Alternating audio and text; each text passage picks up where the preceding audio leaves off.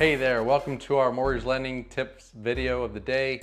What we're going to focus on is how to qualify for a higher mortgage amount by simply tax planning and optimizing your tax returns to show more income. Let's dive in, check it out. Most lenders look back 2 to 3 years when using tax returns to qualify for a mortgage.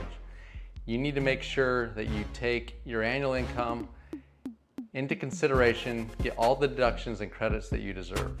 Understanding your tax return can help you plan your finances and potentially increase your income shown on that return so that you can qualify for more of a mortgage payment while reducing your income tax obligations. There are several tax saving strategies that can help you increase and show more income on your tax returns.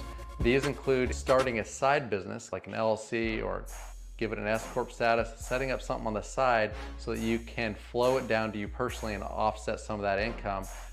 So sometimes it might be beneficial to amend your tax returns looking back a few years because you might not have included everything that you need now that you're trying to purchase a home or an asset.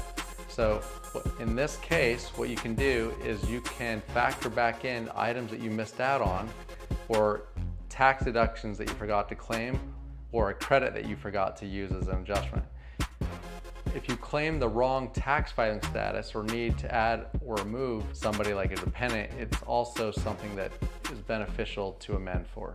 Now the process of amending involves gathering your original tax return and any new documents, filling out Form 1040X and submitting your amended forms is the process that you'll have to go through in order to get that submitted and taken care of. Now, one of the key strategies to optimizing your tax returns and showing more income is understanding how depreciation works. Depreciation is an accounting method of allocating the cost of a tangible or physical asset over its useful life or life expectancy. In simpler terms, it's a way of recognizing that an asset's value decreases over time due to wear and tear, decay, or obsolescence. Depreciation can be a powerful tool in managing your tax obligations. It allows you to offset your taxable income by accounting for the wear and tear on property, equipment, a vehicle, a building, or even a rental real estate property. The IRS publishes specific depreciation schedules for different classes of assets that tell you what percentage of an asset's value can be deducted each year. And it usually makes sense to itemize those deductions in detail instead of taking the whole because you'll get better deductions from it. For tax purposes, annual depreciation expenses lowers that ordinary income that a company or an individual pays each year and reduces the adjusted cost basis of the asset. If the depreciated asset is disposed of or sold for a gain, the ordinary income tax rate will be applied to the amount of the depreciation expense previously taken on that asset. That's what's known as depreciation recapture.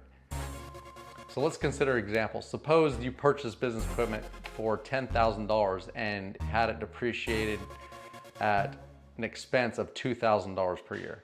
After 4 years, its adjusted cost basis would be $10,000 minus $2,000 times the 4 years, which equals $4,000, which equals $2,000.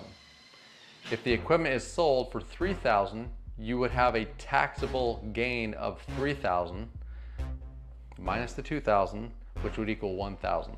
So this $1,000 is the depreciation recapture, and it's treated as ordinary income when taxes are filed for the year.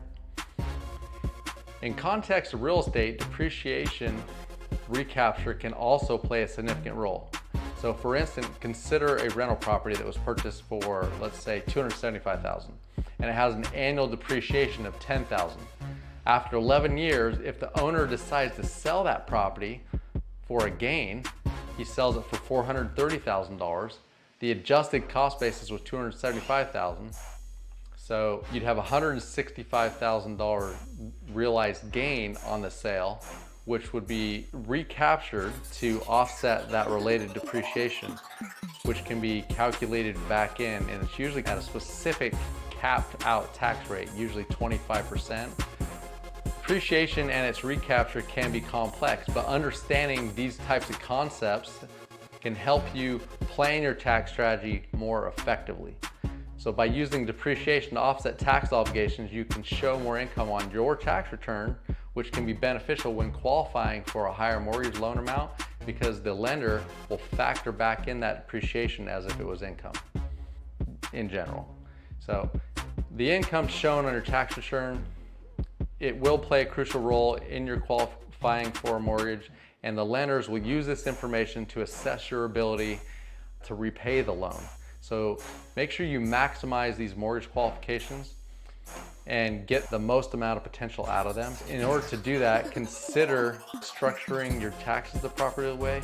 Will go a long way in helping you apply and get more out of your purchase. All right, that's a wrap. We've covered a lot of ground today. Understanding how depreciation can be used to offset tax obligations, and finally how income shown on a tax return will impact your mortgage qualification process.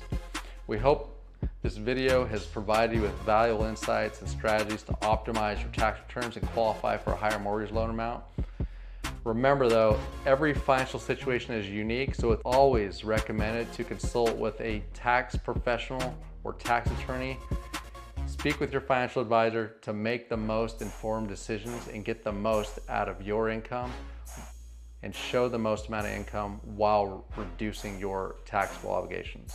Thanks for watching. Have a great day.